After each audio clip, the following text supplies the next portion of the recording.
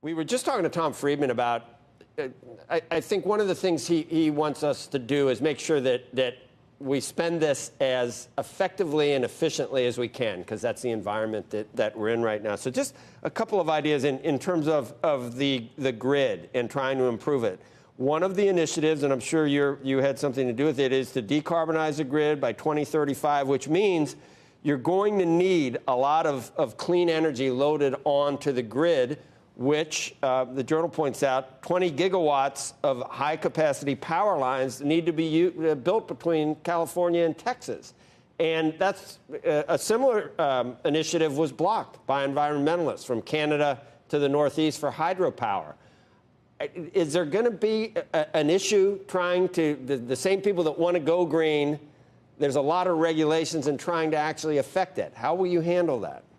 Well, first of all, you're right about the regulations. There is a huge patchwork across the country about how you get grid transmission sited to begin with, because it shares shares responsibility between state, locals. There's a lot of not in my backyardism, et cetera. Honestly, we need to add capacity to the grid. We need to make it more resilient, and we need to make it cyber attack proof. We need to make it secure. We need the investment in the transmission grid for a whole variety of reasons, including that there are increased climate events that are knocking power out more repeatedly every single year. We pay $70 billion a year just in the costs of the power outages alone. So we need a better grid. And we're going to we're going to do what we need to do to incentivize coordination to ensure we can get the siting. And now, if we get this through the Congress, we will have the means to be able to bring our grid up to speed for both capacity and for resilience. Madam Secretary, I'm wondering whether where were you on easing the National Environmental Policy Act reviews? Did you argue to do that? It's been highlighted again and again how difficult, costly, and how long it takes for these reviews to try and get anything done.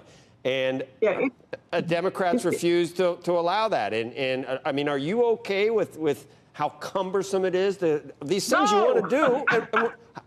Didn't you argue maybe that we should relax? I hate the bureaucracy. I hate it. No, so it's really important that government is nimble, that government is flexible, that government is efficient, that government is quick.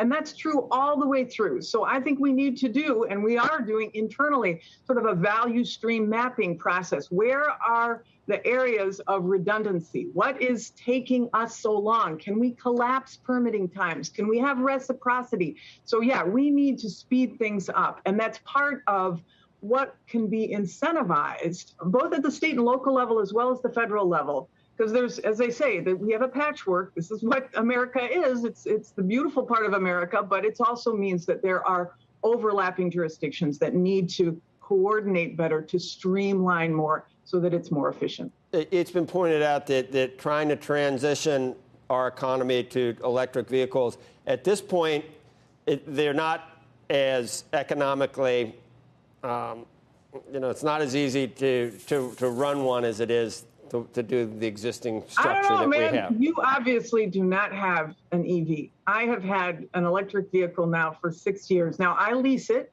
and I lease solar panels on my roof.